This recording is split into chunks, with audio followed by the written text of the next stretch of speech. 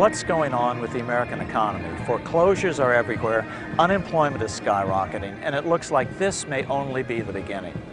As a result, most Americans fear that our cherished basic freedoms and way of life are under direct attack as our standard of living sinks like a stone. But could it be that all these problems were foreseen 100 years ago by L. Frank Baum, the author of The Wonderful Wizard of Oz? Why is this just coming out? Because when the MGM movie The Wizard of Oz was made in 1939, significant changes were made from L. Frank Baum's original book version written 40 years earlier in 1899. In the book version of The Wizard of Oz, Dorothy's slippers are made of silver, as opposed to in the film version where Dorothy's slippers are made of ruby. You take away the silver slippers on the gold or yellow brick road, and all of the other symbolism tends to be lost. Now let's see what the experts say about our current problem, then look at our history so we can understand what L. Frank Baum was trying to say in his book, The Wonderful Wizard of Oz. Well, it's no secret to any American that we're living in very precarious times. Americans are being robbed blind, and they don't even know who's doing the robbing. I mean, we clearly are, in a bus and we're heading for the edge of a cliff. And there still is probably time to change course. The only problem is the people driving the bus don't realize that there's a cliff there yet. If the problem that's grinding the economy to a halt is too much debt, and if nobody in the government, in either party, is looking at solving the debt problem, then the answer is it's going to go into a depression as far as the eye can see. And so we're going to have a massive recession, or let's call it a depression, while the economy rebalances away from a service sector economy towards a good producing economy, away from a borrow and spend economy to a save and produce economy. That's what we need to do. We can't get from where we are to where we need to be without a severe depression. What can government do? The sad answer is, under our current monetary system, nothing. It's not going to get any better until the root cause of the problem is understood and addressed. There isn't enough stimulus money in the entire world to get us out of this hole. Why? Debt. The national debt is just like our consumer debt. It's the interest that's killing us. You must understand that every penny, every dollar we have in circulation is created as an interest-bearing debt. So what is the national debt? When government spends more than it collects in taxes, it has to borrow the difference by selling interest-bearing IOUs, such as U.S. bonds. When a U.S. bank buys a $100 U.S. bond, it gets to loan out 10 times that amount. So the bank not only gets back the $100 plus interest from the federal government, it gets to loan out another $1,000 it doesn't have and charge additional interest. Banks are allowed to create this extra money out of thin air. So, banks aren't making only 6% interest, for example. They are really making over 1,000% interest. That's why bank buildings are the biggest in every town on the planet. This system of lending way more than you have is called fractional reserve lending. Almost all our money is created by banks, lending it to people, to companies, or to government. As we'll see, there is a better way for a government to get money. Simply issue it without debt for the benefit of all citizens equally. Abraham Lincoln did it, Ben Franklin did it, Jefferson wanted to do it. Honest Americans have fought against this bank-controlled debt money system throughout American history. But unless we change it soon, most of our freedoms will soon be lost in a tidal wave of debt. 75 years ago, an employee of the Atlanta Federal Reserve explained the importance of the debt money system and how it can strangle our economy. Someone has to borrow every dollar we have in circulation.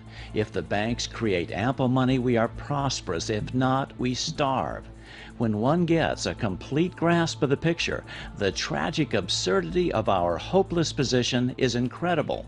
It is the most important subject intelligent persons can investigate and reflect upon. A government should never go into debt. It doesn't need to go into debt. A government can issue the money it needs. That's absolutely right. Under our current money system, the government has to borrow our money into existence, then pay interest on it. That's why they call it the national debt. All our money is created out of debt. Politicians who focus on reducing the national debt without trying to actually fix the underlying cause probably don't understand what the national debt really is. To reduce the national debt would be to reduce our money, and there's already not enough money for the average person. Why haven't we heard this before? Because most of the media and Congress are beholden to the big banks for loans. Yes, Congress still appropriates money, but where do they get it? Again, what they can't raise from taxes, they borrow from banks. In 2009, Congress will spend over $4 trillion, but they will have to borrow half of it. But on top of that, in 2008-2009, Congress bailed out the biggest banks by giving them nearly $1 trillion. The worst part is, we aren't just giving the money away, we're borrowing it to give it away. If we don't do something about the fact that we are now in a situation where the additional debt we're taking on is actually depressing GDP, we're going to have a major problem here in the very near future. You can't keep doing that forever. Sooner or later, the people that loan us that money are going to say, no, we're not going to loan you anymore. One of the things I think that's difficult to figure out from the political side of this thing, it's clear that they're making a lot of mistakes. And the question in my mind is, are these mistakes? Could people in Washington, you know, the highest officials of the land, really be ignorant about what they're doing? Because I can't look at what the politicians are doing in Washington. I can't look at that and say there's any hope of that working. And these guys have to face election. Now, when the next election rolls around, they're not going to be politically popular figures. There are going to be consequences for the politicians. So what makes them push the wrong buttons? The other day I heard a senator on TV say the trouble with General Motors, they have too much debt. And so the solution is to give them another big loan. Well, you can't borrow yourself out of debt. General Motors can't, you and I can't, the federal government can't. Nobody can borrow themselves out of debt.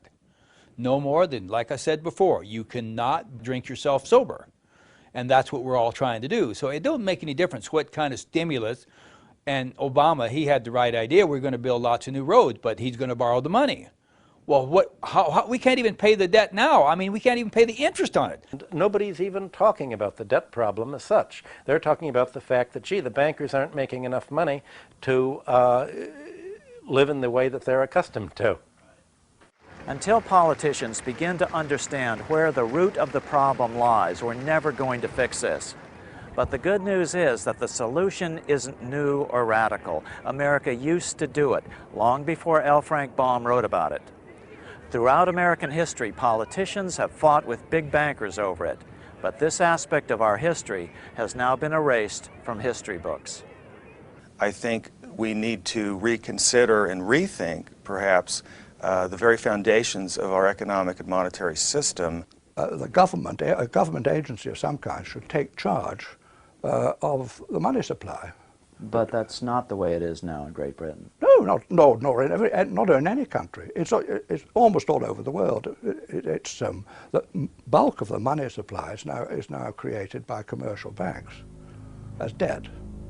If we were starting, for people that were just at the start of the constitution of a society, and someone suggested, well, look, the best way of creating the money and putting it in is to combine it with the function of providing a competitive profit-making market for borrowing and lending, it would be regarded as idiotic.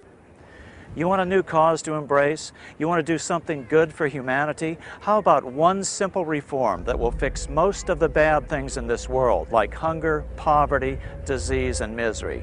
This is the ultimate civil rights struggle, humankind's escape from serfdom. As President Obama put it, due to the ongoing recession, the number of chronically hungry people will climb to over 1 billion worldwide. But this is completely unnecessary. Yes, we could eliminate world hunger in a few years, but how? The solution is the secret that's been hidden from us for over 100 years, ever since the time when author L. Frank Baum wrote The Wonderful Wizard of Oz. But before we show you what these symbols were, we've got to understand some history. Otherwise, the Wizard of Oz connection just won't make sense to you. So let's take a journey down the yellow brick road through monetary history. Our first stop will be Rome. The problem with money is that, like many other things in life, people fight over who gets to be in control of it. In fact, the only time Jesus became violent was when he chased the money changers from the temple. He made a whip out of cords, and he scattered the coins of the money changers and overturned their tables. What was that all about? The money changers were the bankers of that day. They had created a special silver coin called the half shekel of the sanctuary.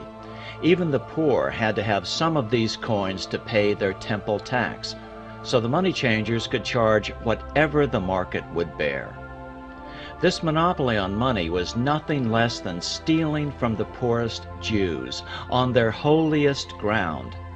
This outraged Jesus just as it would outrage the senators of the Roman Republic a few years later. Although we will never know for sure, fighting over control of money may have been the cause of one of the most famous assassinations in history. What made Rome great? There were many factors, but certainly the most overlooked was the money system of the Roman Republic. About 300 BC, the Roman Republic supplied the people with a plentiful form of cheap money, money made from copper and bronze.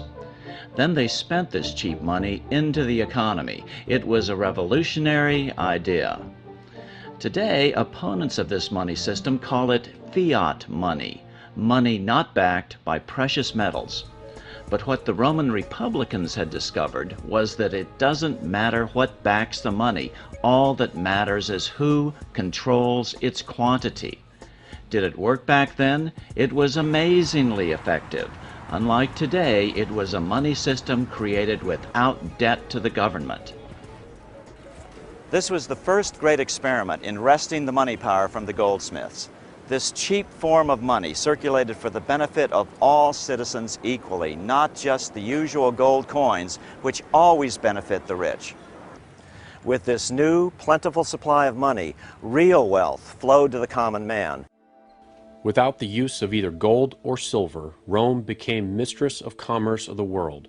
Her people were the bravest, the most prosperous, the most happy, for they knew no grinding poverty.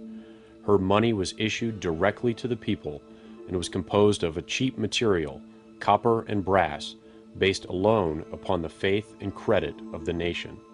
With this abundant money supply, she built her magnificent courts and temples.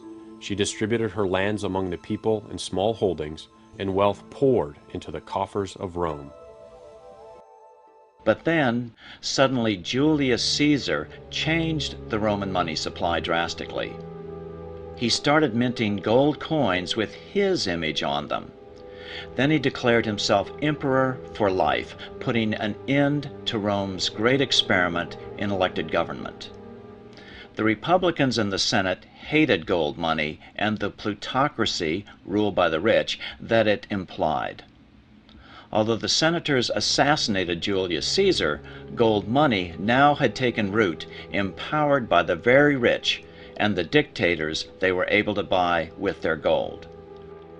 After Caesar's assassination, copper and brass were demonetized, taken out of circulation. The quantity of money was reduced by 90%. A deep depression set in. The average person had to sell his property just to buy basic necessities.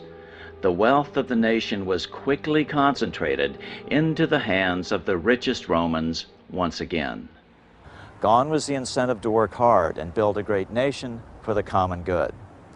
By 401 AD, Rome was sacked by the Visigoths, and humanity was plunged into the gloom of the Dark Ages. So, in Rome, we learned that with cheap government-issued money, the Roman Republic flourished, but under gold money, it perished.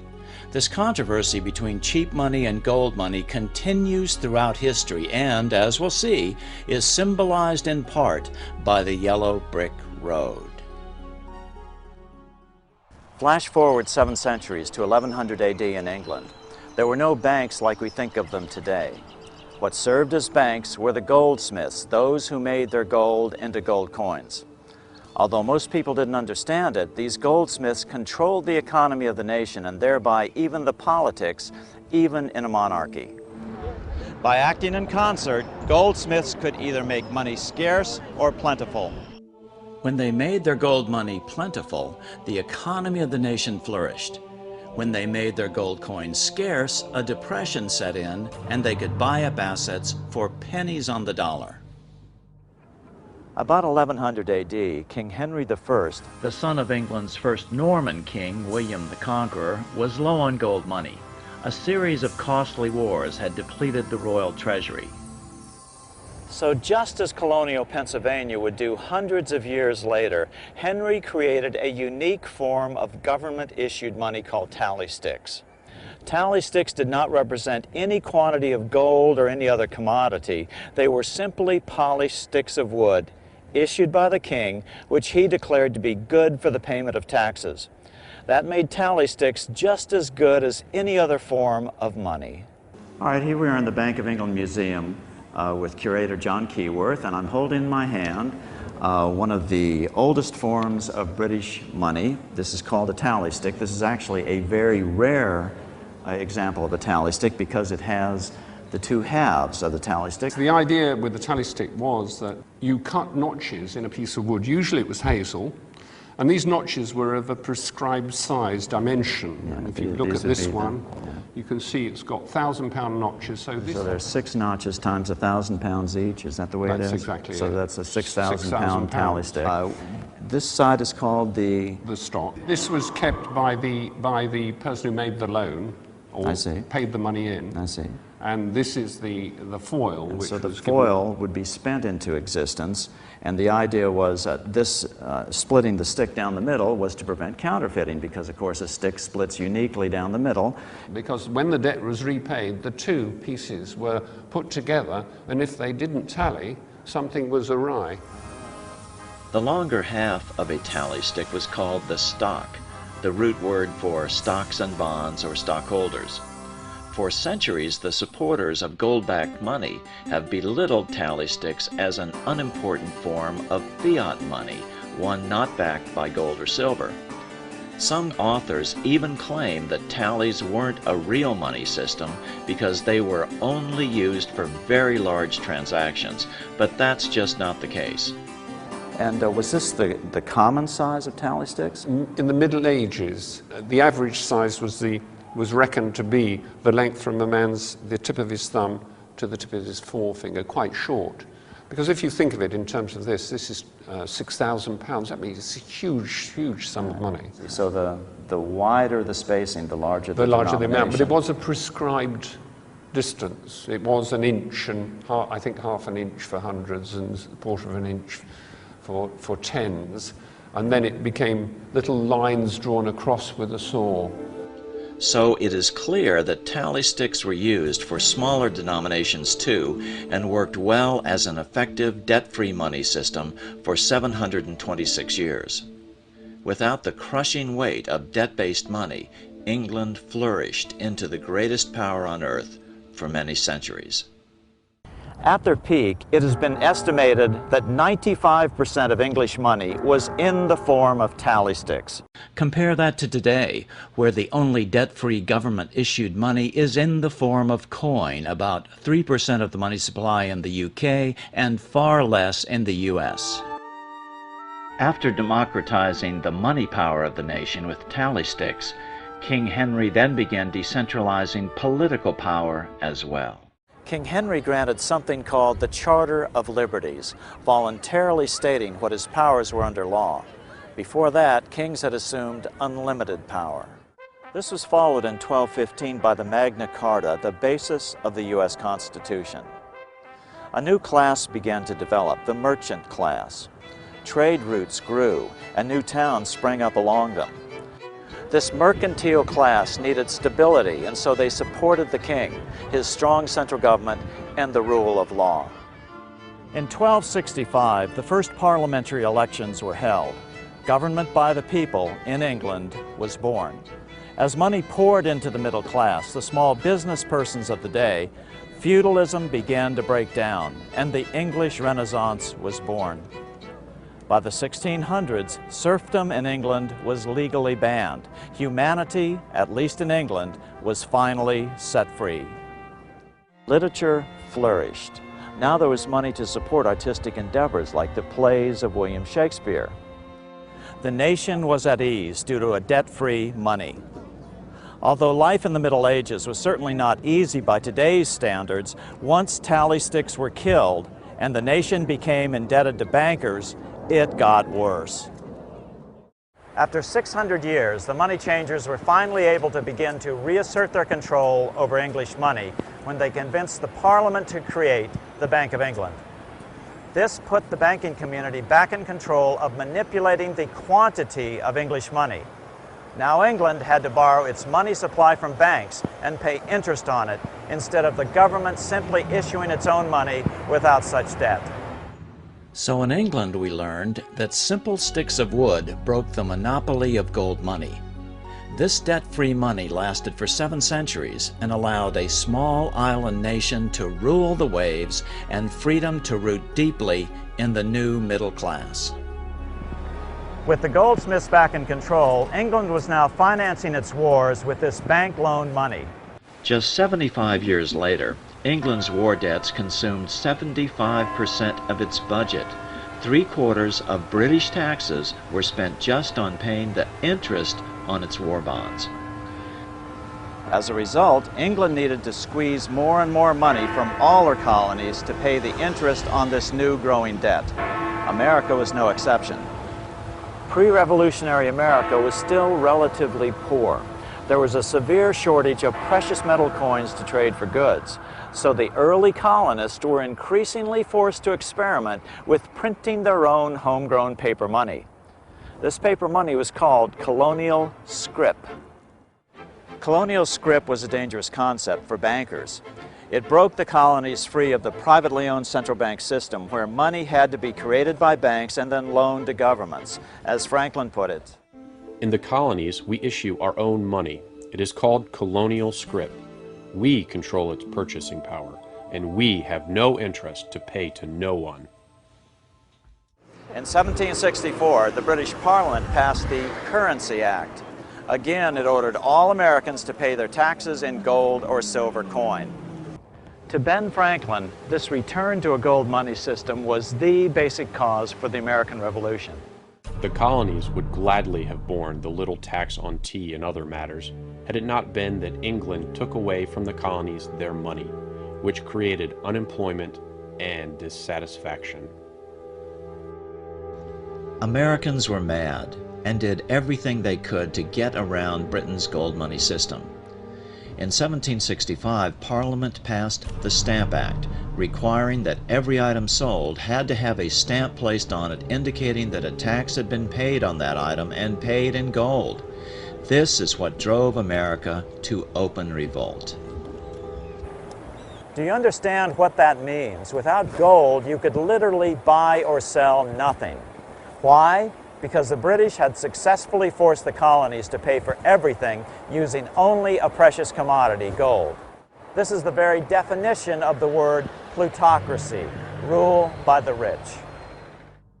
These people that deal with gold and silver only have never spent 1 minute of actually trying to figure out how it worked in history, how it would work in real life, and the only way they can support their gold theories is they just treat it as religion and said, we don't have to understand it, we just know that that's God's money and it'll work, and that's not true.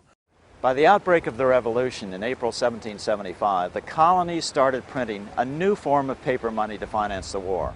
It was called continental currency because, unlike colonial scrip, it was the first issued by the new central government. Continentals worked great at first. But then the British started counterfeiting it massively, sending it to America literally by the bale. By the end of the war, the currency was virtually worthless. As George Washington lamented, a wagon load of money will scarcely purchase a wagon load of provisions. Earlier, colonial scrip had worked because just enough was issued to facilitate trade and counterfeiting was minimal. In other words, the quantity was controlled by the government that issued it.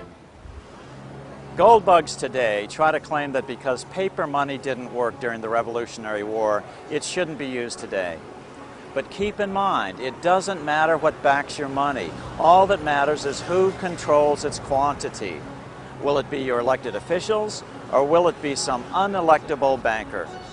Colonial paper money before the Revolution had worked so well that the Bank of England had Parliament outlawed and forced America to use only gold money, gold which they controlled. In our next stop on the Yellow Brick Road, which represents the banker's gold money system, we find how the curse of the privately owned central bank first came to America. In 1781, towards the end of the war, the Continental Congress met here in Philadelphia.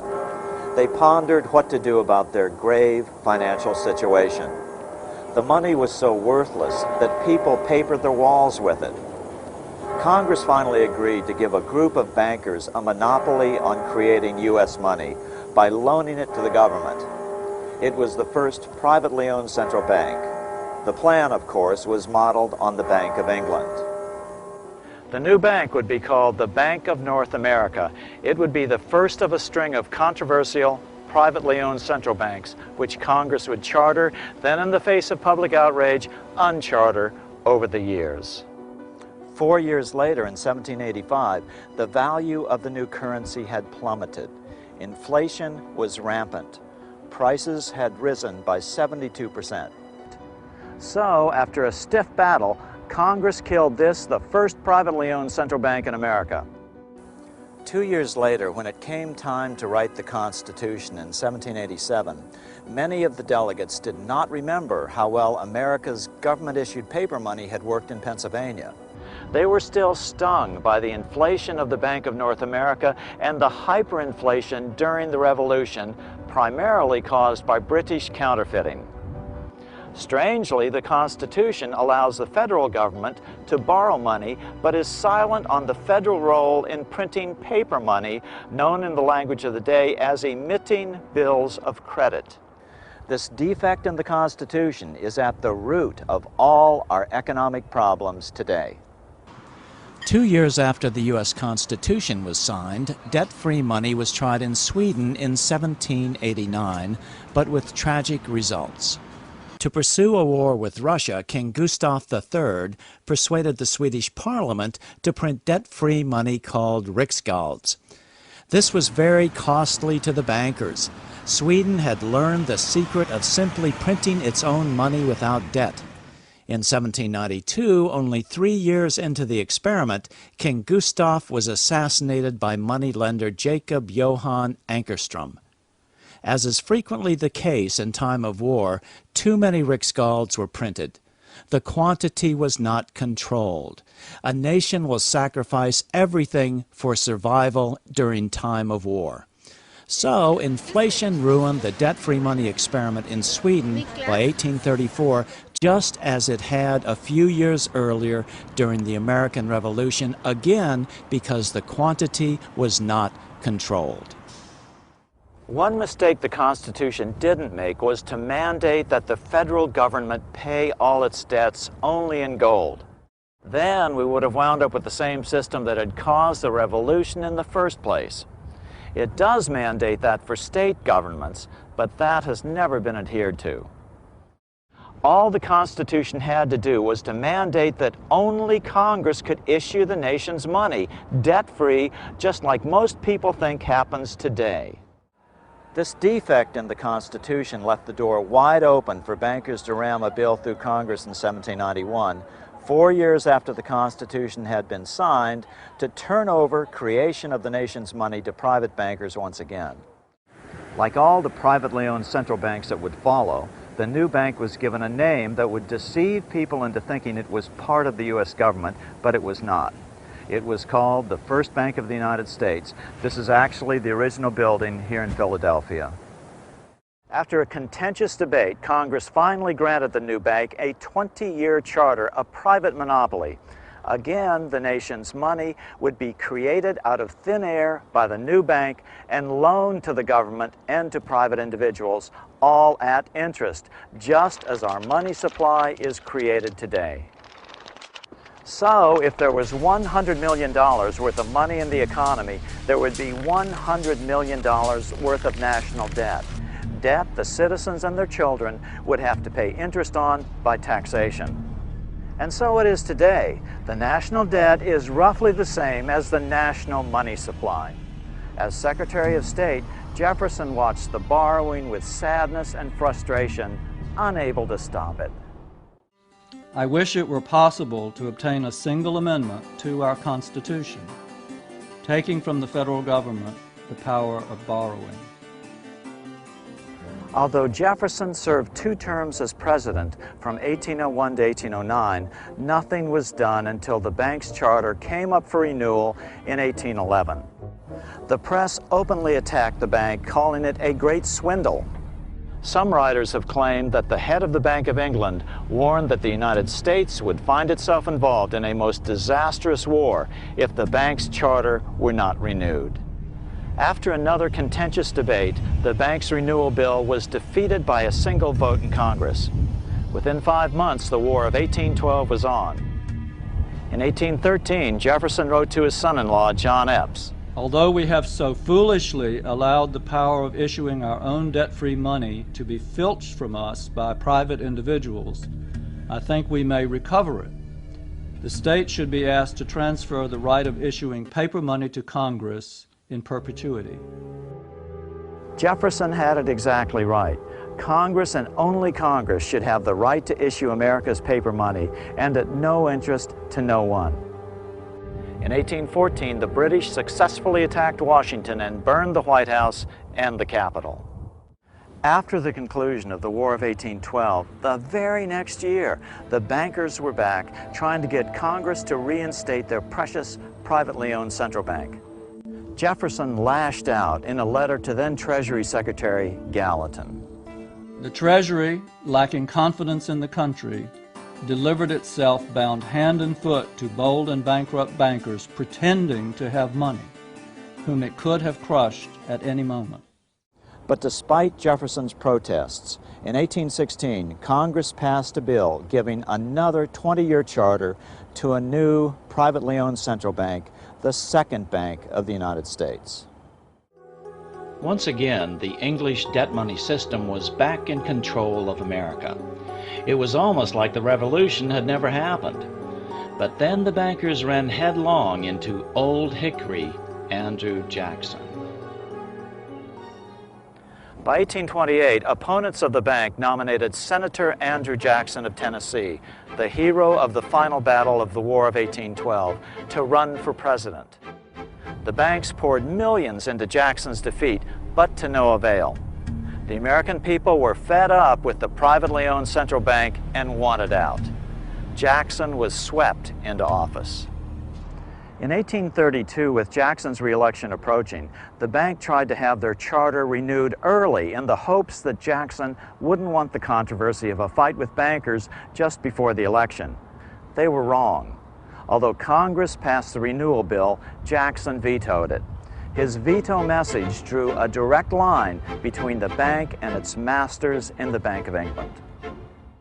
It is easy to conceive that great evils to our country and its institutions might flow from such a concentration of power in the hands of a few who are irresponsible to the people. Controlling our currency, receiving our public monies, and holding thousands of our citizens and dependents would be more formidable and dangerous than a military power of the enemy. Nicholas Biddle was head of the Second Bank of the United States. He was brazen with the financial power he wielded over the nation. He even threatened to cause a depression if Jackson's veto were not overturned. Nothing but widespread suffering will produce any effect on Congress. Our only safety is in pursuing a steady course of firm monetary restriction, and I have no doubt that such a course will ultimately lead to restoration of the currency and the recharter of the bank. Biddle made good on his threat. America was quickly plunged into a deep depression. Property was foreclosed on for pennies on the dollar. Jackson responded forcefully. You are a den of vipers. I intend to rout you out, and by the eternal God, I will rout you out. Eventually, the nation's newspapers sided with Jackson and the bank was not rechartered.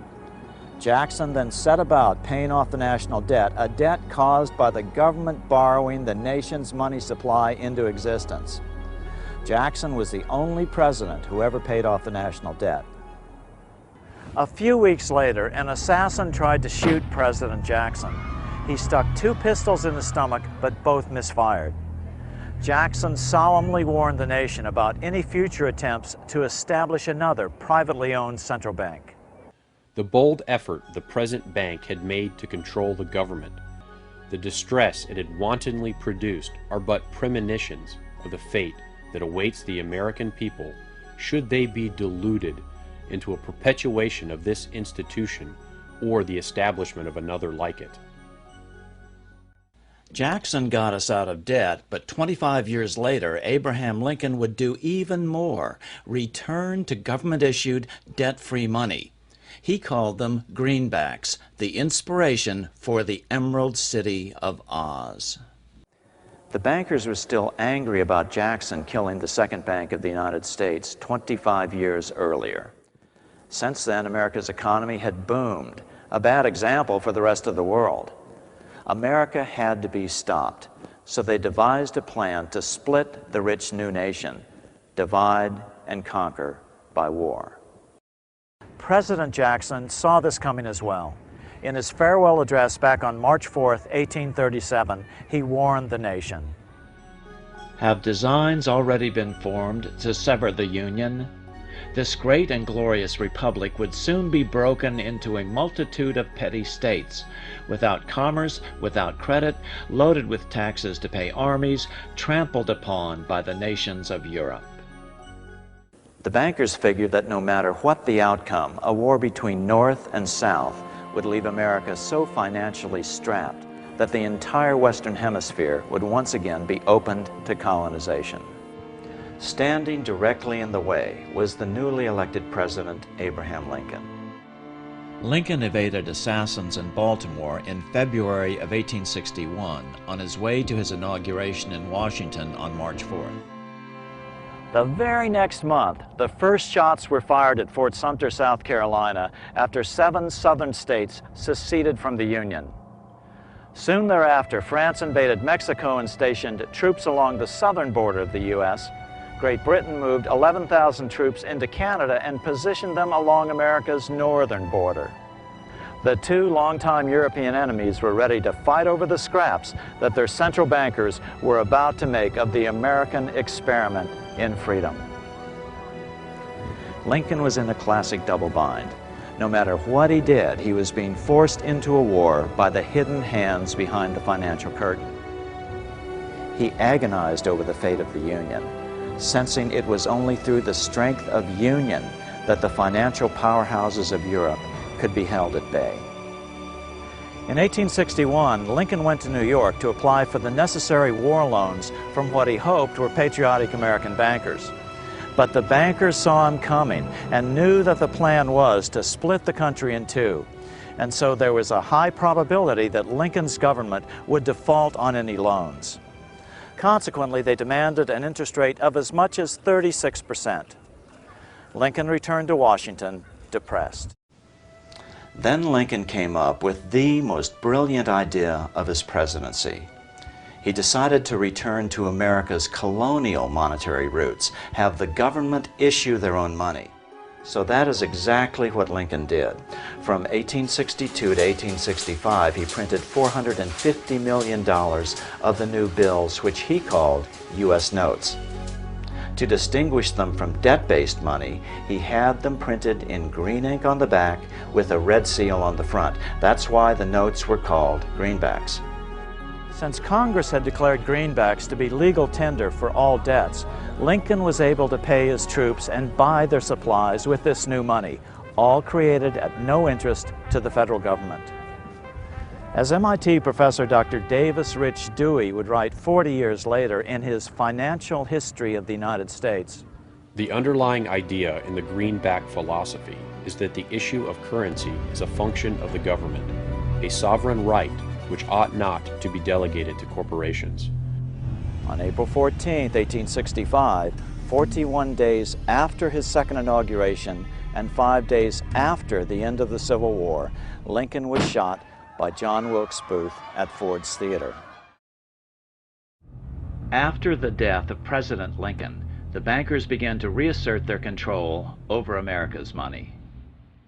This was no easy task. Lincoln's greenbacks, just like Rome's plentiful debt-free coins and England's debt-free tally sticks, were generally popular, and their existence had let the genie out of the bottle.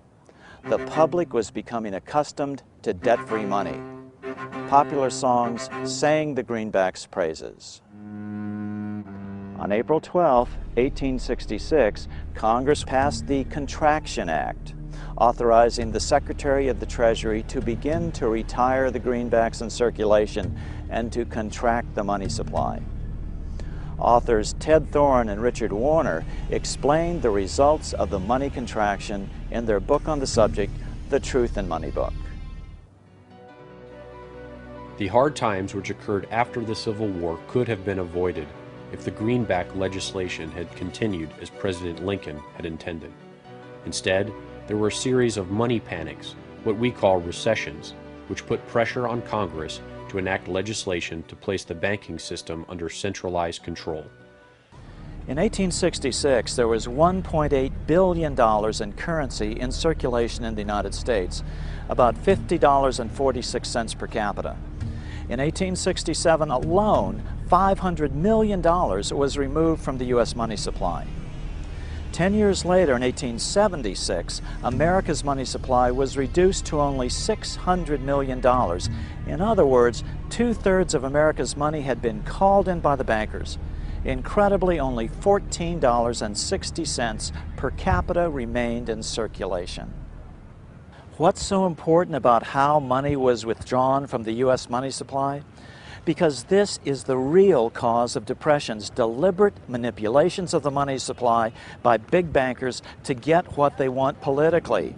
The very thing King Henry was trying to put a stop to when he created tally sticks in 1100 AD. 10 years later, the money supply had been further reduced to only $400 million, even though the population had boomed.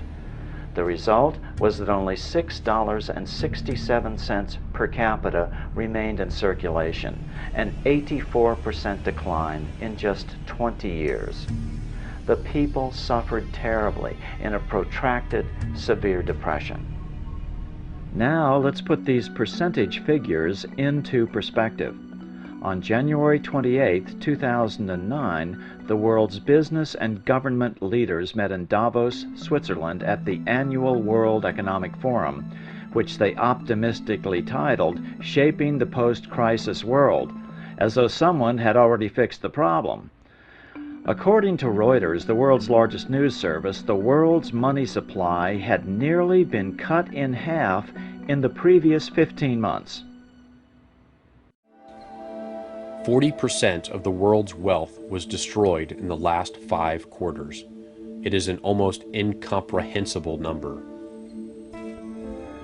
And how does that compare to the Great Depression of the 1930s? Nobel Prize-winning economist Milton Friedman put it this way in his 1996 interview with National Public Radio. The Federal Reserve definitely caused the Great Depression by contracting the amount of currency in circulation by 1/3 from 1929 to 1933. In other words, by January of 2009, the world's money supply had been contracted more than that which caused the Great Depression in America in the 1930s. Some believe the economic crisis that began in 2008 is still being completely manipulated by the big banks, but it is more likely that their debt money system has finally spiraled out of even their control. In 2008 and 2009, nations poured unprecedented money into the system to prevent its collapse. At the very least, unprecedented inflation will surely follow. After Lincoln's death, the big bankers began returning America to the yellow brick road of financial serfdom. But first, they had to get rid of the silver slippers. But the bankers were not done bringing post-Civil War America to its knees. They wanted to take all silver money out of the system and make only gold be money. The Bank of England wanted America's money in their control, and what better way to achieve that than mandating a gold-only money system? The next year, Congress passed the Coinage Act of 1873, and the minting of silver dollars abruptly stopped. Newspapers derided the act as the crime of '73. Everybody knew about it. The average American hated it. Demonetizing silver made money even more scarce. It put the bankers, who were the primary holders of gold, in even greater control of America. It's been a puzzle to a lot of economic historians, this obsession with keeping the amount of currency so strictly limited. It didn't seem to comport with the expanding economy of the time. You have this rapidly expanding economy.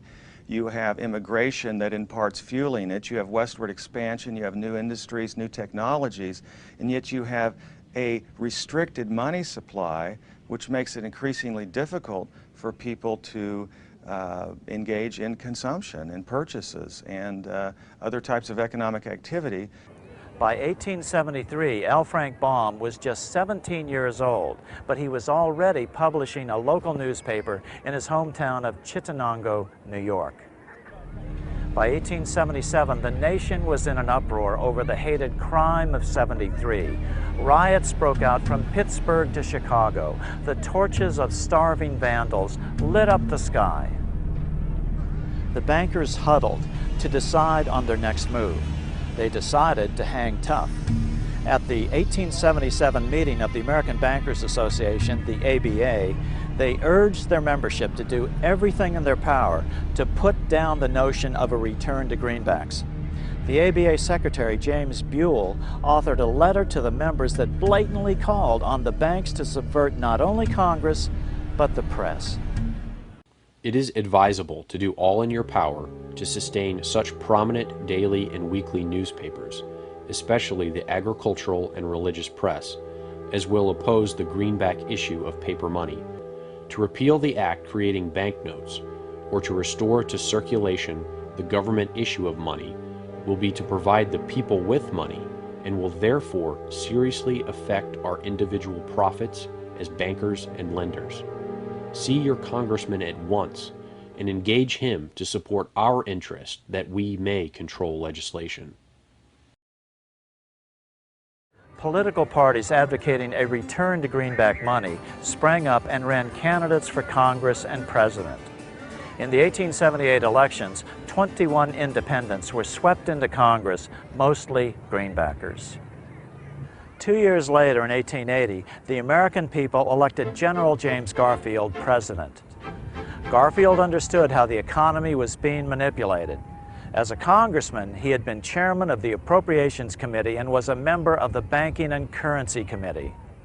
Garfield understood the ability of the very wealthy to manipulate gold money. He investigated the cause of the Black Friday gold market scandal of 1869, when financier Jay Gould and others cornered the gold market, causing wild fluctuations in the price. This is a photograph of the actual quote board from the New York gold trading room, which Garfield introduced as evidence during a congressional investigation the following year. This is Garfield's handwriting. After his inauguration, he slammed the money changers publicly in 1881. Whoever controls the volume of money in any country is absolute master of all industry and commerce. And when you realize that the entire system is very easily controlled, one way or another, by a few powerful men at the top, you will not have to be told how periods of inflation and depression originate. Garfield understood, perhaps only coincidentally, however, within a few weeks of making this statement on July 2nd, 1881, President Garfield was assassinated. After Garfield's assassination, the Depression deepened, leaving the unemployed to face poverty and starvation. Produce was left to rot in the fields. The country was facing poverty amidst plenty because there was insufficient money in circulation to keep the wheels of trade turning. The country sorely needed the sort of liquidity urged by Lincoln and the Greenbackers, but the bankers insisted that allowing the government to print its own money would be dangerously inflationary. That was their argument, but critics called it humbuggery. The big bankers finally had complete control of the money supply again by killing off the last competitor to their yellow brick road. Now they had to hold on against the rising anger of the average American.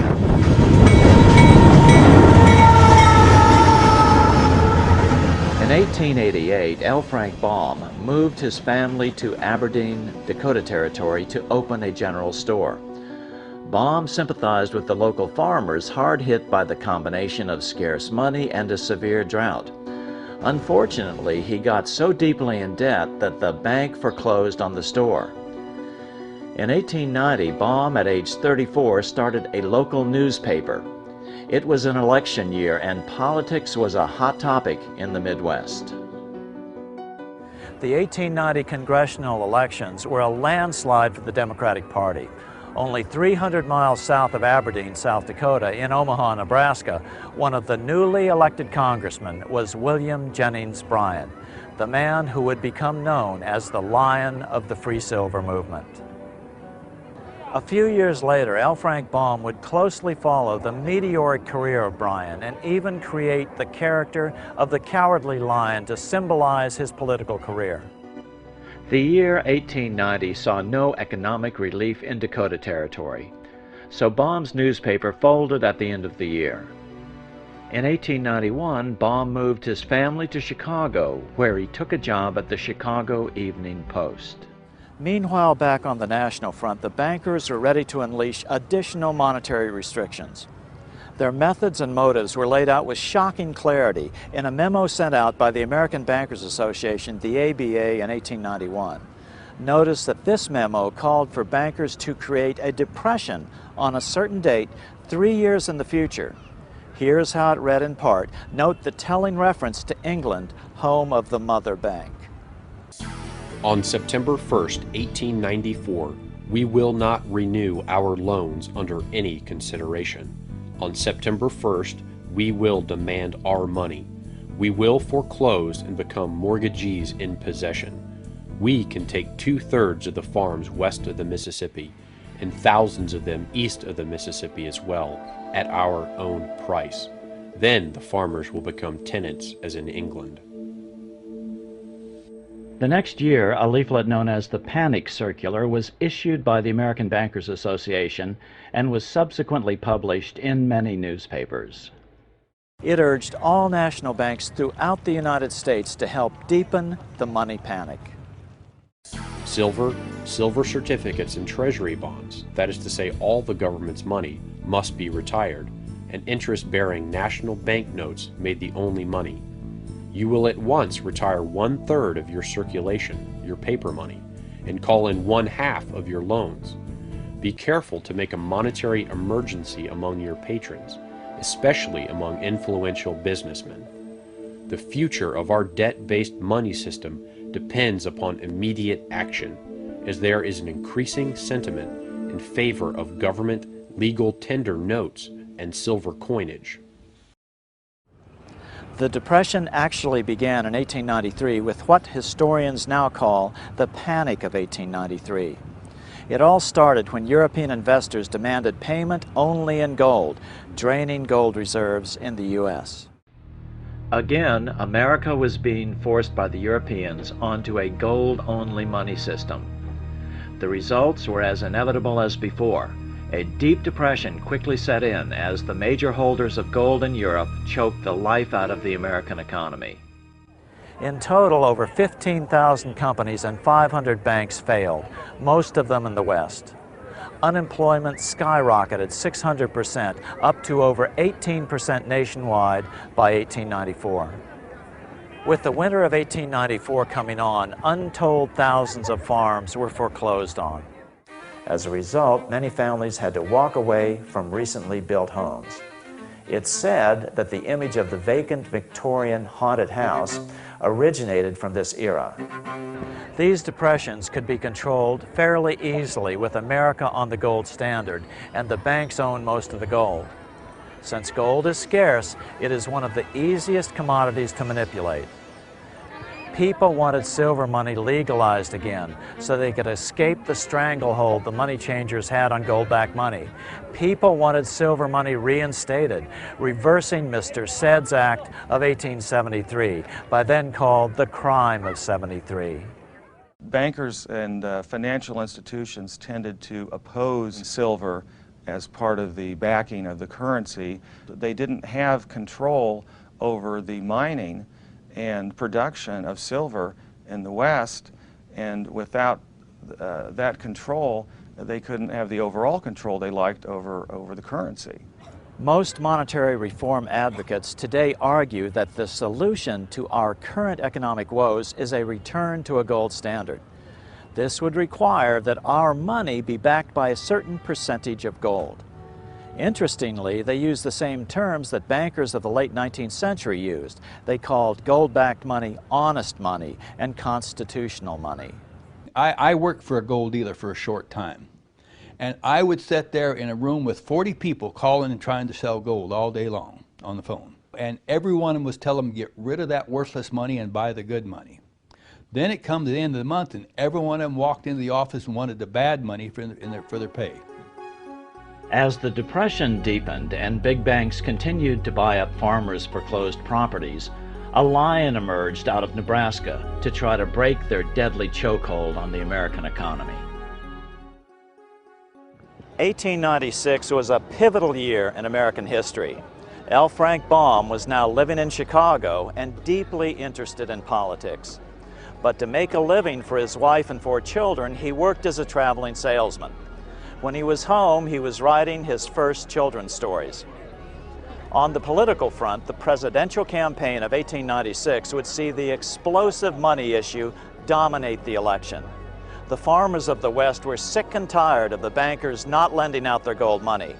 In fact, most of the money that was still in circulation was about $300 million worth of Lincoln's old greenbacks.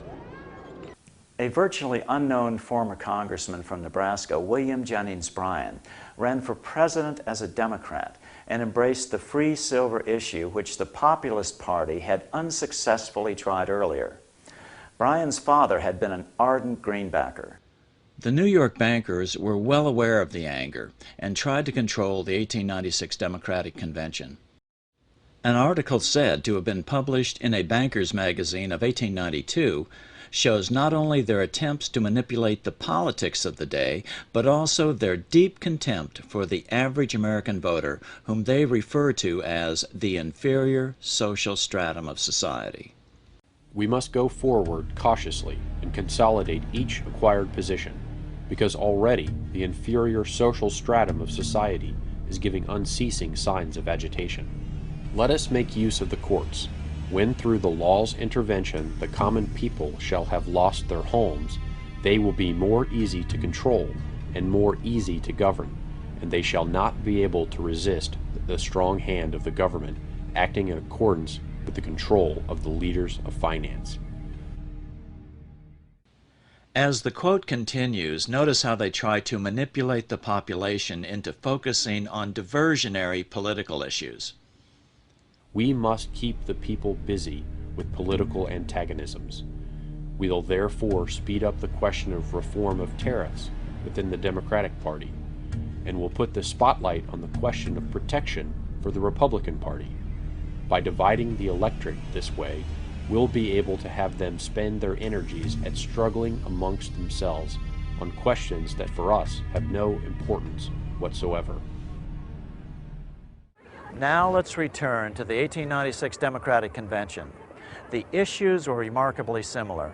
William Jennings Bryan represented the embodiment of all the Democrats' wrath against the gold money system. At the Democratic National Convention in Chicago in 1896, Bryan made an emotional speech entitled "Crown of Thorns and Cross of Gold." Bryan's speech was so powerful that it propelled him from relative obscurity to the presidential nomination on the 5th ballot at the tender age of 36. Amazingly, we have Bryan's actual voice recreating portions of this famous speech, recorded years later with the advent of recording technology. Although the recording does not capture the power of the original moment, it does allow us to hear Bryan's voice. I come to speak to you in defense of a cause as holy as the cause of liberty, the cause of humanity. Never before in the history of this country has there been witnessed such a contest as that through which we have just passed. Bryan's recreation recording then skips significant portions of his original speech. According to the official proceedings of the Democratic National Convention, Bryan continued with these important references to America's monetary history. What we need is an Andrew Jackson to stand as Jackson stood against the encroachments of aggregated wealth. We say in our platform that we believe that the right to coin money and issue money is a function of government. We believe it. We believe it is a part of sovereignty. Those who are opposed to this proposition tell us that the issue of paper money is a function of the bank, and that the government ought to go out of the banking business. I stand with Jefferson rather than with them, and tell them, as he did, that the issue of money is a function of the government, and that the banks should go out of the governing business. Remember the 1892 memo from the Bankers magazine, which bragged that they would try to busy the Democrats with the tariff issue? Here's where Bryan refers to that very issue. They ask why it is we say more on the money question than we say upon the tariff question. I reply that if protection has slain its thousands, the gold standard has slain its tens of thousands. When we have restored the money of the Constitution, all other necessary reforms will be possible, and that until that is done, there is no reform that can be accomplished. However, the gold standard and its 30-year-long restriction on the money supply had become so unpopular that even most Republicans had come out against it. Now, Bryan's recording picks back up. They will search the pages of history in vain to find a single instance where the common people of any land have ever declared themselves in favor of the gold standard. They can find where the holders of fixed investments have declared for a gold standard, but not where the masses have. If they dare to come out in the open field and defend the gold standard as a good thing, we will fight them to the uttermost. We will answer their demand for a gold standard by saying to them, "You shall not press down upon the brow of labor this crown of thorns. You shall not crucify mankind upon a cross of gold." The bankers were scared. The average American farmer was mad about the lack of a plentiful money supply. Now it looked like they had finally gained sufficient political force to win the highest office in the land and disrupt all the bankers' plans. As a result, the 1896 campaign was among the most fiercely contested presidential races in American history. Though Bryan was only 36 years old at the time, this speech is widely regarded as the most famous oration ever made before a political convention. The McKinley campaign outspent Bryan by a 5-to-1 margin. Bryan's strategy was to take his political campaign on the road. Bryan invented the National Stumping Tour. He made over 500 speeches in 27 states during the 4-month campaign, an average of 4 a day, many of them lasting over 2 hours. Across the nation, tens of thousands of Americans rallied around Bryan's appearances with torchlight parades. L. Frank Baum's own son wrote that Baum marched in more than one torchlight parade for Bryan. The battle became so heated that thousands of miles away in Alaska, the highest mountain in North America, Mount McKinley, was even named for Bryan's opponent, Republican William McKinley. It seems that the first gold miner on the mountain, a man named William Dickey, named the mountain in honor of the gold money candidate in retaliation because his many silver mining friends so zealously supported William Jennings Bryan. McKinley got manufacturers and industrialists to inform their employees that if Bryan were elected, all factories and plants would close and there would be no work. The ruse succeeded. McKinley beat Bryan by a small margin. Bryan ran for president again in 1900 and in 1908, but fell short each time.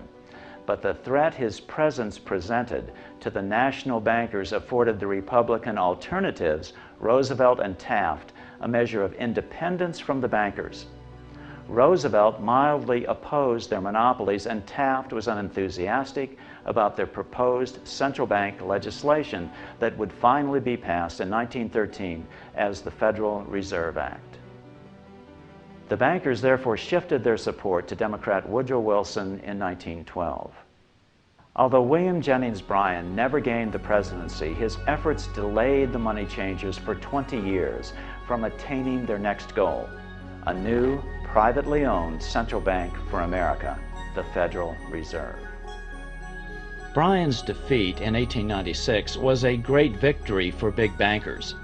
Their yellow brick road had effectively controlled the politics of the nation by squeezing the life out of the money system.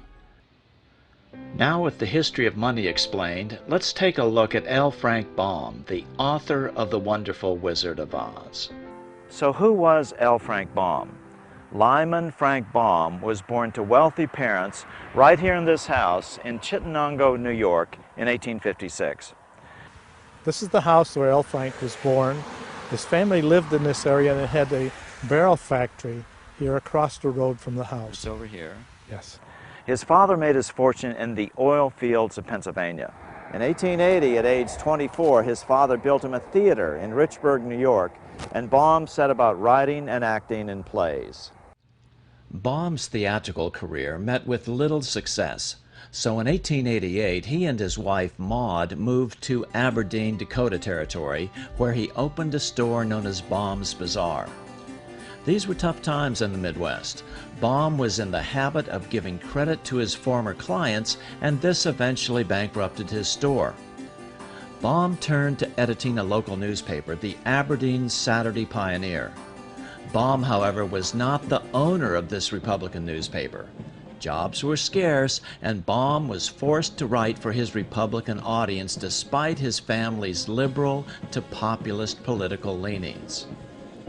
By 1891, times had grown so tough in Dakota Territory that even Baum's newspaper failed.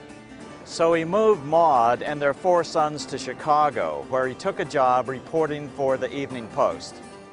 Like most writers, he had to work multiple jobs to feed his growing family. In 1897, Baum wrote and published Mother Goose in Prose, illustrated by Maxfield Parrish. In 1900, Baum and Denslow published The Wonderful Wizard of Oz. The book was the best-selling children's book for 2 years after its initial publication. Baum and Denslow teamed up to produce a musical stage version of the book that was also a huge financial success. Early film versions were produced in 1910 and 1925, but the MGM classic movie starring Judy Garland as Dorothy was produced in 1939. This version included many changes that largely obscured the monetary reform symbology.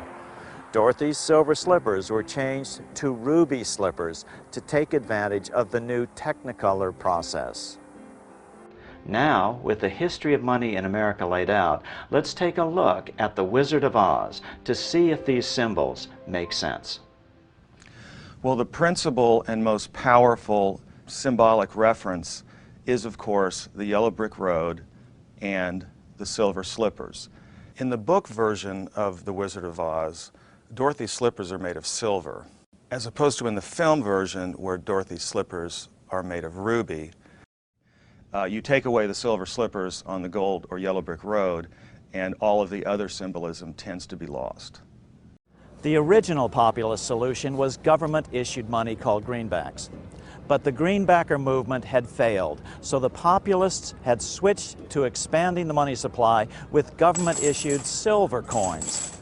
The underlying dispute, however, was not what money was made of, but who should issue it, private bankers or the people themselves through their representative government. The first person Dorothy meets along the way is the Scarecrow, representing the supposedly ignorant Western farmer. Although he thinks he doesn't have a brain, the Scarecrow proves to be very clever at figuring things out on the trek to Washington. And this was Baum's way, perhaps, of saying that the farmer, in fact, did understand the basics of economics, and that an expansion of currency was, in fact, a legitimate way of improving the condition not only of the farmer, but of the economy as a whole.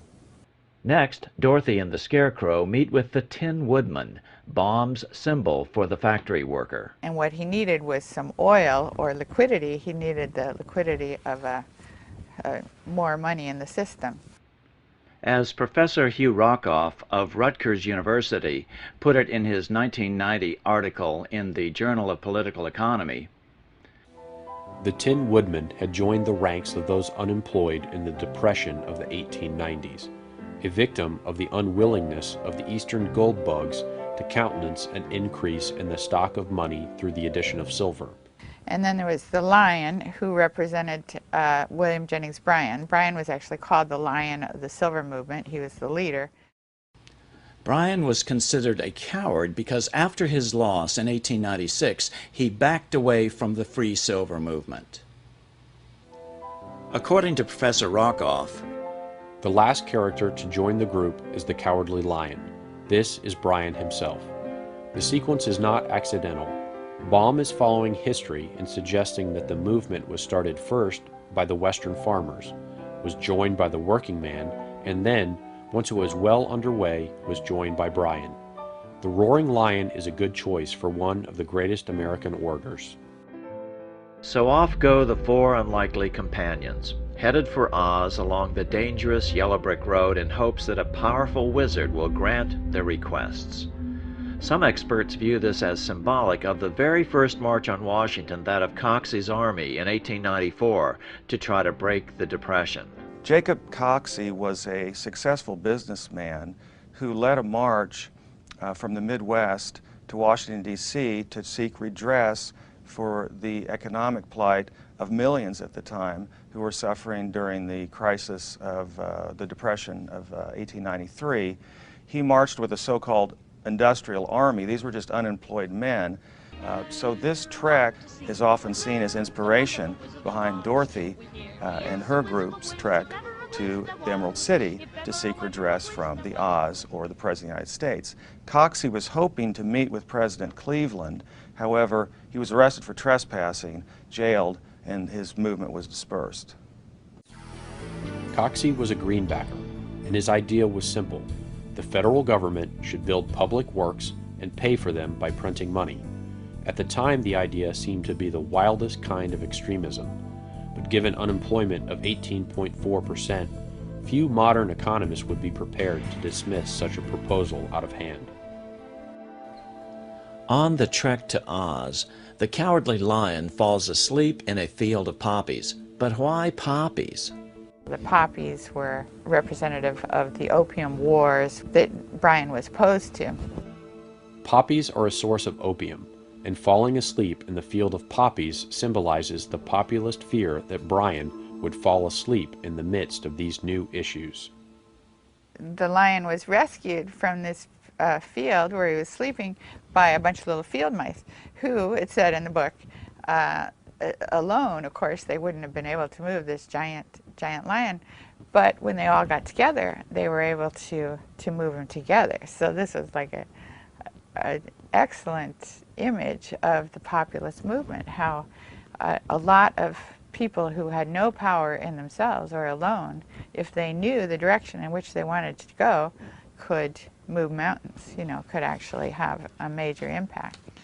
There's a great deal of symbolism in the book that was lost in the movie, that there's just so much of it that there's no way that it couldn't have been reflective of this monetary reform movement. And some of it is just very pointed, like it couldn't mean anything else. For instance, there's one passage, when they get to Oz and she's shown to her room in the palace, she goes through 7 passages and up 3 flights of stairs. Well, it just means nothing unless it means the crime of 73, which to all populists meant that statute which had revoked the ability of the people to bring their own silver to the mint. It is not surprising that the layout of the Emerald Palace should reflect the numbers 7 and 3. The crime of 73 was a crucial event in populist monetary history. The 2 wicked witches were the East and the West. The 2 banking powers at that time were Rockefeller and Morgan. And J.P. Morgan headed the Wall Street bankers in New York and ultimately got his funding from Europe. The Wicked Witch of the West could represent the Rockefeller interest.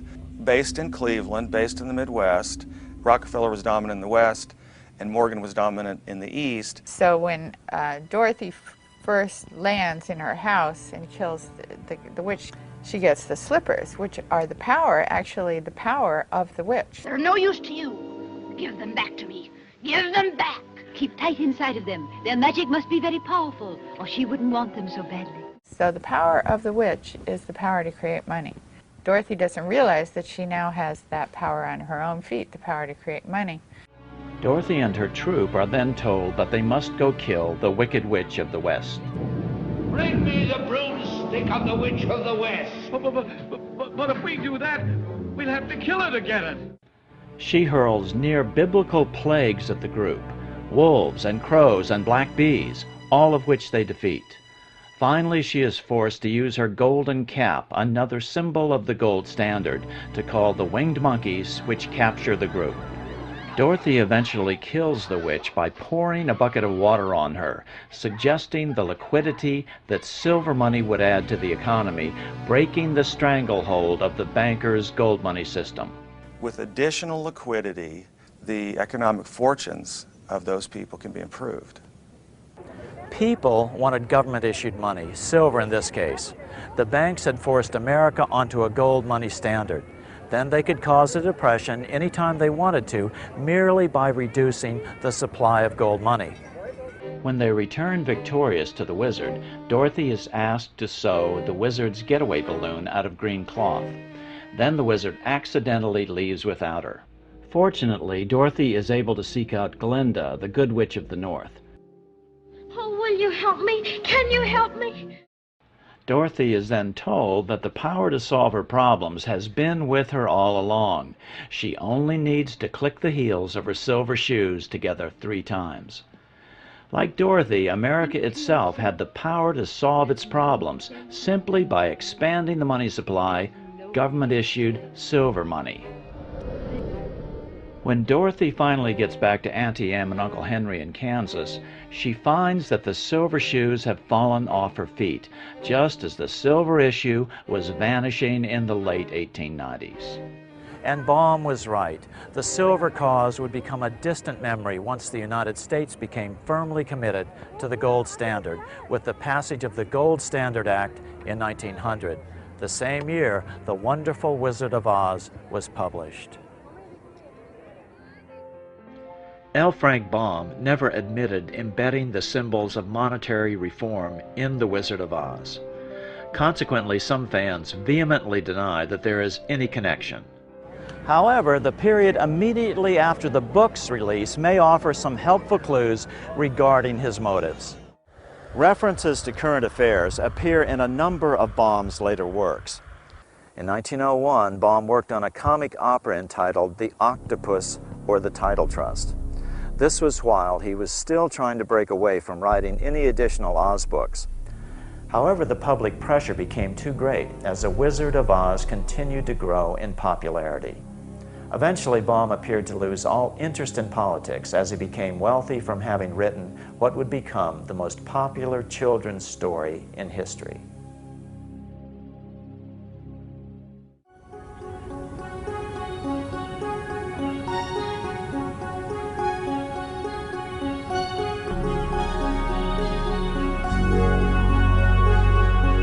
So what can we do about this?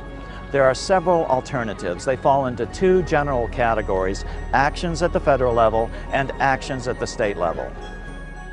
There are three basic federal level solutions, all of which have at their core that government should issue and control the quantity of money, and commercial banks can only lend out the money they actually have. British citizen James Robertson splits up the money power between two competing governmental bodies. The British government would publish monetary objectives approved by Parliament, for example, an inflation range of 2 to 3%. Then the Bank of England would create just enough debt-free money to achieve those objectives. It would then give this money to the government to spend into the economy by the normal budgetary process. This is an agency of society. It's a public agency acting in the public interest. And it's acting in the public interest to achieve objectives given to it by the elected government. It should be at professional arm's length from the elected people themselves, because the legislators are going to try and get as much money as they can into their local economy. And if it's a question of a national election, they will want to manipulate decisions about the money supply in favour of keeping them in power. That seems to me, you can't ignore that fact. It's a fact of life. Commercial banks would still be in operation, but could only lend out the money they have. Then they would have to compete for additional money on the open market, just as other corporations have to compete in the market to buy the materials they use.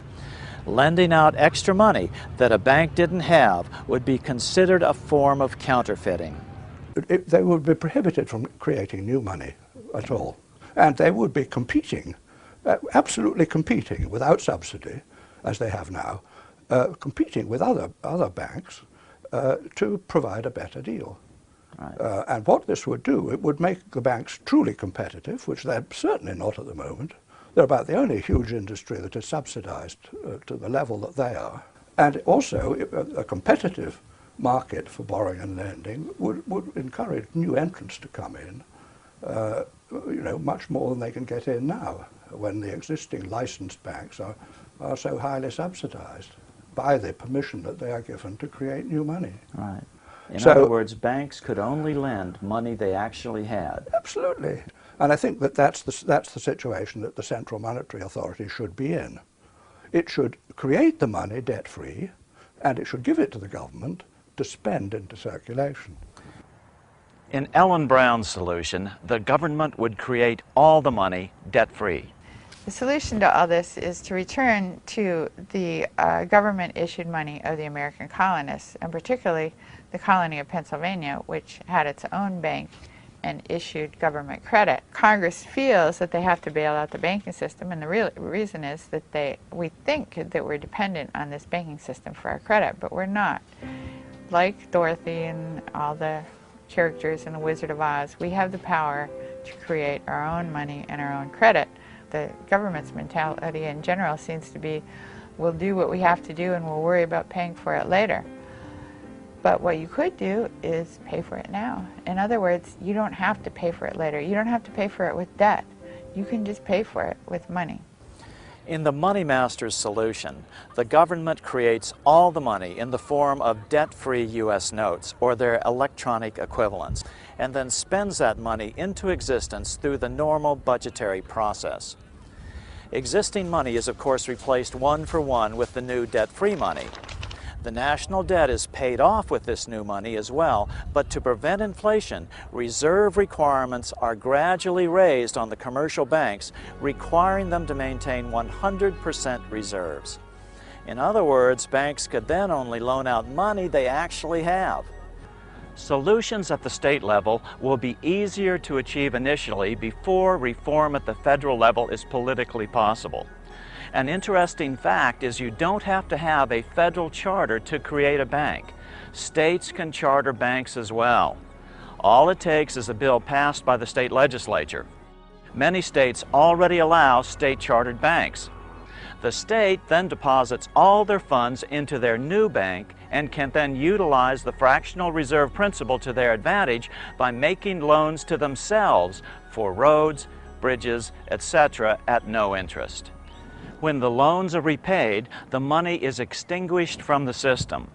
The beauty of this system is you create wealth without creating a permanent increase in the money supply and the consequent inflation. During the Civil War, Virginia authorized counties to issue their own debt-free money. Since there was no gold, there would have been no money in circulation to maintain commerce. These surviving bills are tissue paper thin. Minnesota monetary reform expert Byron Dale has proposed legislation for Minnesota to charter a state bank which would be empowered to give the state government all the money necessary to provide infrastructure funding such as road building and repair without debt or interest. My concept of money reform is just a little bit different, but it's only based upon the fact that for me personally, it's easier to work on my state legislators than it is my federal legislators. And of course, the solution to our problem is clearly money put into circulation without debt. Now, it really doesn't make any difference how you do it. It's just as long as the money comes into circulation without a debt to anybody and as a payment. The very concept of the bill is to simply have the banks create the money and spend it into circulation to build the infrastructure for the state. This proposal is currently working its way through the Minnesota legislature with several bankers as sponsors. Actually, the state-owned bank idea is nothing new. The Bank of North Dakota is the only state-owned bank in America. It was created in 1919 as a populist movement swept through the debt-ridden farmers of the Northern Plains. Even in these worst of times, the Bank of North Dakota is earning record profits and helping fund their state.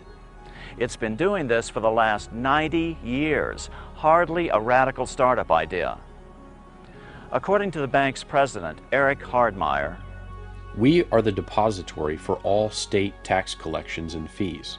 We plow those deposits back into the state in the form of low-interest loans. Over the last 10 to 12 years, we've turned back $1/3 billion just to general fund to offset taxes or to aid in funding public sector needs. Not bad for a state with a population of 600,000. In 2009, the state of North Dakota does not have any funding issues at all. We, in fact, are dealing with the largest surplus we've ever had. Interestingly, the Bank of North Dakota idea was initiated by a group of Swedish immigrants to North Dakota in the early 1900s. Community banking had been going on in Sweden for at least a century before that. Around 1820, the Swedes came up with the idea of the savings bank. These full reserve banks only lent out money they actually had. They decentralized the money power and were encouraged by the government as a way for municipalities to fight poverty. These operated on what was known as the church steeple principle, where the bank could only make loans to customers whose houses could be seen from the highest church steeple in town.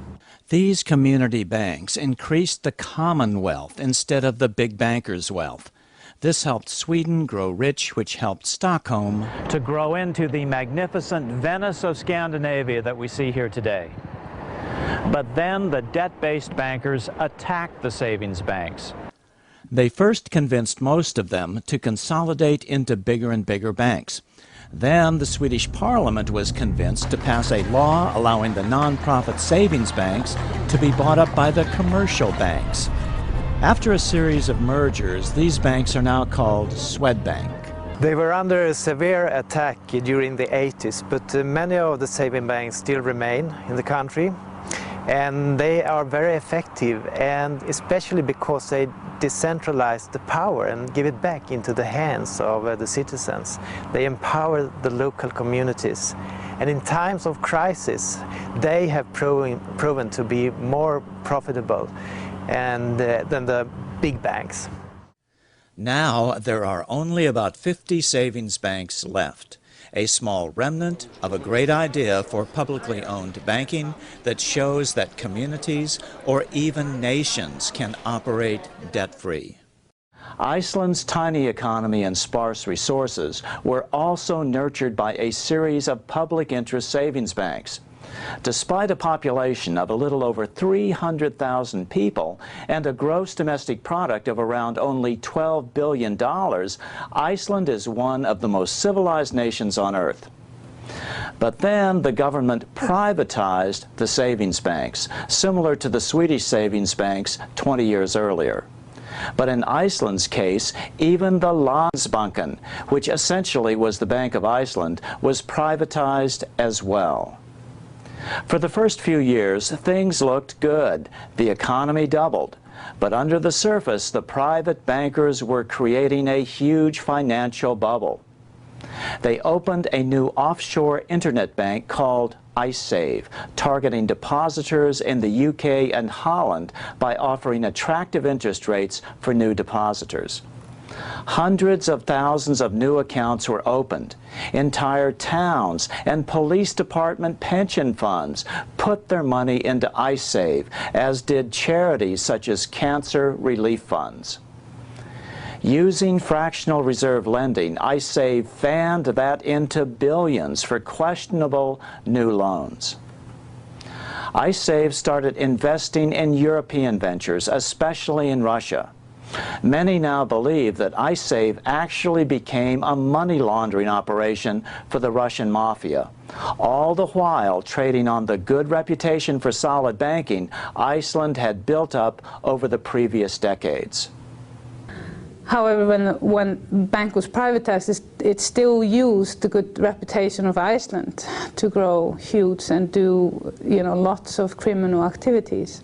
And the owner, Björgólfur Thor, he became one of the rich boys in the world really quickly, one of the billionaires. I've seen documents linking him to the Russian mafia and his father. One oligarch that fled to the UK confirmed that Iceland was used as a money laundering machine for the Russian mafia. When the crash came in 2008, the big Icelandic banks quickly failed. In the 5 years' time they were privatized before the collapse, they actually grew 10 times the Icelandic GDP. And when it collapsed, you can imagine how huge the collapse was, because they collapsed onto the shoulders of the nation or the taxpayers. The Icelandic parliament at first poured enormous amounts of taxpayer money into them to try to save them, but they still failed. Then the government bailed out all the Icelandic depositors, but the IceSave accounts were not in Iceland and were never insured by the Icelandic government, and so they were not bailed out. However, in the face of tremendous political pressure at home, the British and Dutch governments bailed out the IceSave accounts of their citizens, and then tried to make Iceland pay for it at terms that have decimated Iceland's fragile economy. The income tax of more than half of the nation, just the interest of this particular loan. Then you have other loans, then we would have gotten from, in 2007, being the most developed nation in the world, into a nation spending all its GDP just paying interest of foreign loans. Inflation shot up. Icelanders soon discovered that even the principal on their home mortgage loans was indexed to inflation. Many Icelanders saw the principal on their home mortgages double and their payments triple. This despite rising unemployment. The way the loan system is in Iceland is completely outrageous. I mean, it is, your rights as a consumer are zero. Foreclosures mounted and the citizens rioted. They call it their revolution. They stormed the Parliament Square. The president was forced to call for a referendum. 93% of the people voted not to bail out the bankers. the Brits aren't exactly a shining light here about how to handle international relations. It's one of the worst conducted, most absurd things I've seen in a long time, really. I mean, it's obvious that the Icelandics cannot afford to pay this money back. What we've just seen is the first anti-bailout tax revolt here. Now the ruling party is trying to convince Iceland to join the European Union to be eligible for loans to save its economy. The people, however, seem unconvinced that more and more debt is the solution. Iceland now seems determined to take back their money power and not take on more national debt. What I want to implement here is a healthy banking system where you don't have fractional reserve, you don't have high interest, the banks should not serve as mafia outlets. It should be something that is important for the communities. Over 70% of Iceland now opposes joining the EU, and some are now supporting proposals for cities to start up savings banks based on the Bank of North Dakota model to provide local credit and stop the rising wave of housing foreclosures. We're not part of EU yet. They are trying to put us in it with 70% of Icelanders don't want to join the EU, but the Social Democrats are in power, and that is their sole mission, to get Iceland into the EU. Iceland is proud of its democratic heritage. Iceland is the home of the oldest parliament in Europe, having met annually for over 1,000 years. For the first 800 years, the Icelandic parliament met at this site, where the North American tectonic plate meets the European plate. Called Þingvellir, Icelanders consider this a holy site where elected government was born. Today, Iceland is the new battleground as it attempts to become the first nation in modern times to escape the serfdom of the debt money system. If Iceland escapes, the rest of the world will be watching. If you end up paying this money, entering into the EU to try to find salvation that way, it will only get worse. What has happened in Iceland is going to happen on a worldwide scale in our lifetime. There won't be enough money to cover all the debts. Why are governments pumping money into private banks? Why are they not letting them roll? I mean, just like any other. And then the excuse is, oh, they're too big to fail. Let them fail, please. So what this all boils down to is whether America, still the freest nation in history, will once again break free of the privately owned central bank as it has 6 times in the past. Our money is not issued by the government, even though they make it look like it is. It doesn't have to be this way. This system has got to go. Some will say, well, those crooks in Congress will create too much money once they get the money power. But Congress now creates all the money at once. It just creates it as debt, which never gets paid back, and which we, the people, have to continually pay interest on. Instead of creating bonds or debt, the government could and should be creating dollars, interest-free. Even though the federal government is out there borrowing and spending $3 trillion, 10% of GDP, 9.4, something like that, over the last 2 years. Even though they've done that, the total amount of debt outstanding in the system since the beginning of 2008 has actually contracted, including the federal government. And that comes directly off the Federal Reserve Zone Z1. Okay? You cannot grow an economy in a debt-based monetary system for real when the outstanding credit is becoming smaller. It can't be done because all money is debt in one form or another. But more importantly, the Treasury could solve this. Treasury has authority to issue non-debt-backed currency. They do it every day, and the quarters that are in your pocket are not debt-backed. As the inventor of the electric light, Thomas Edison, put it, if our nation can issue a dollar bond, it can issue a dollar bill. Both are promises to pay, but one promise fattens the usurers and the other helps the people. Edison was friends with carmaker Henry Ford. Ford understood how the monetary system depended on keeping the average American confused. It is well that the people of the nation do not understand our banking and monetary system, For if they did, I believe there would be a revolution before tomorrow morning. Under this system, we can never get out of debt. It's just impossible. Nor is gold-backed money the solution. That was the most important symbol in The Wizard of Oz. You think international manipulation is easy now? Just wait until we return to a gold money system. As Thomas Edison told the New York Times, gold and money are separate things. Gold is the trick mechanism by which you can control money. That is the root of all evil. The solution is government-issued money. That's the most democratic form of money system. It maximizes freedom in a republic instead of the centralized control of the international plutocracy we are rapidly devolving into. But be prepared to deal with the modern-day gold bugs. Their arguments divert us from the real question. They say that this money that is created by the state or by society or whatever is not real money. Right. That it may represent real money, but it isn't real money. It's not what backs our money. It's who controls its quantity. That's what The Wizard of Oz was all about. Big bankers were controlling the quantity of American money, gold money. Others will say Congress isn't responsive to the people as it is. Well, of course not. Politicians are responsive to those with the power. Right now, the banks have the power. We have to take back the ultimate power of any nation, the power over its money. With the power of banks diminished, politicians will become responsive to the voters once again.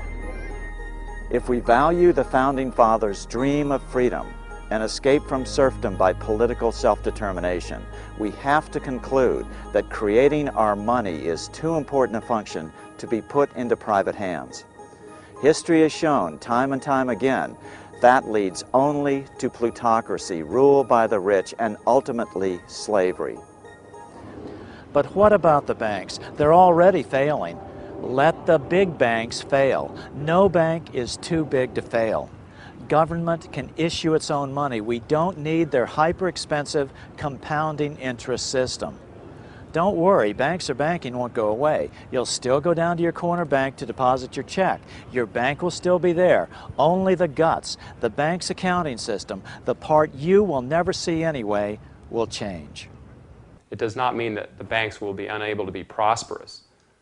They would have a slightly different business model than they enjoy now, but not even all the banks have that model today. You have savings and loans, credit unions, loan companies that historically don't create new money, but yet they do intermediate money, they do loan it out, they do take deposits, and they're careful with the investments they make. And they do make money on fees and on being the intermediaries between those sources of funds and the investments they make. And that would not end.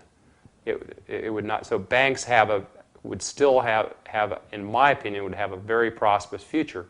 All we need in the face of this oncoming first depression of the 21st century is a little education. We can make this the new civil rights movement, the new human rights movement. Nations of the world, the same applies to you. Virtually every nation now labors under the same monetary system. All money is created at interest, as a debt. Once again, we're falling for the bankers' threats of economic collapse, just like when Andrew Jackson tried to kill the second bank of the United States.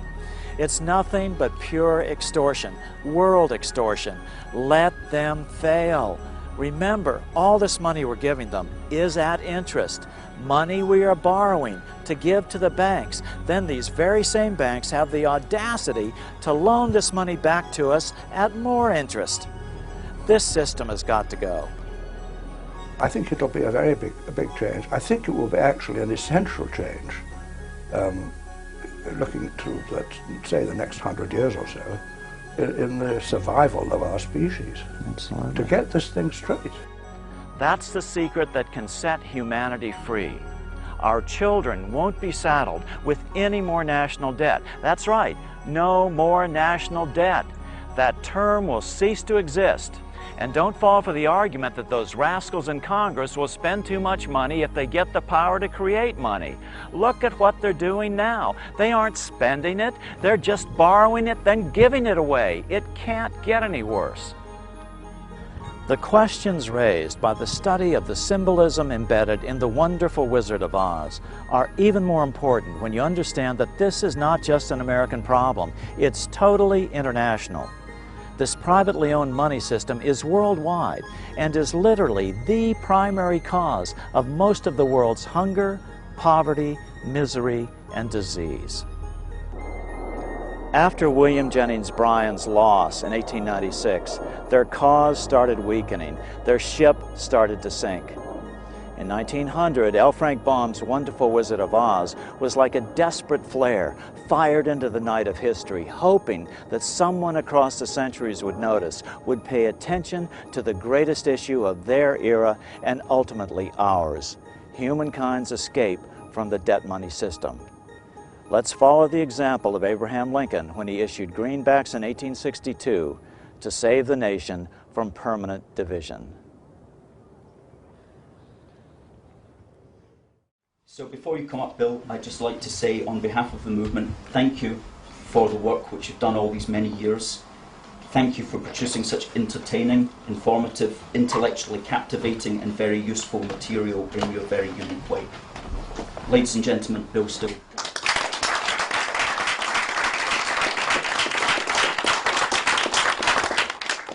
The global economy continues to crash. Unemployment continues to spiral upwards.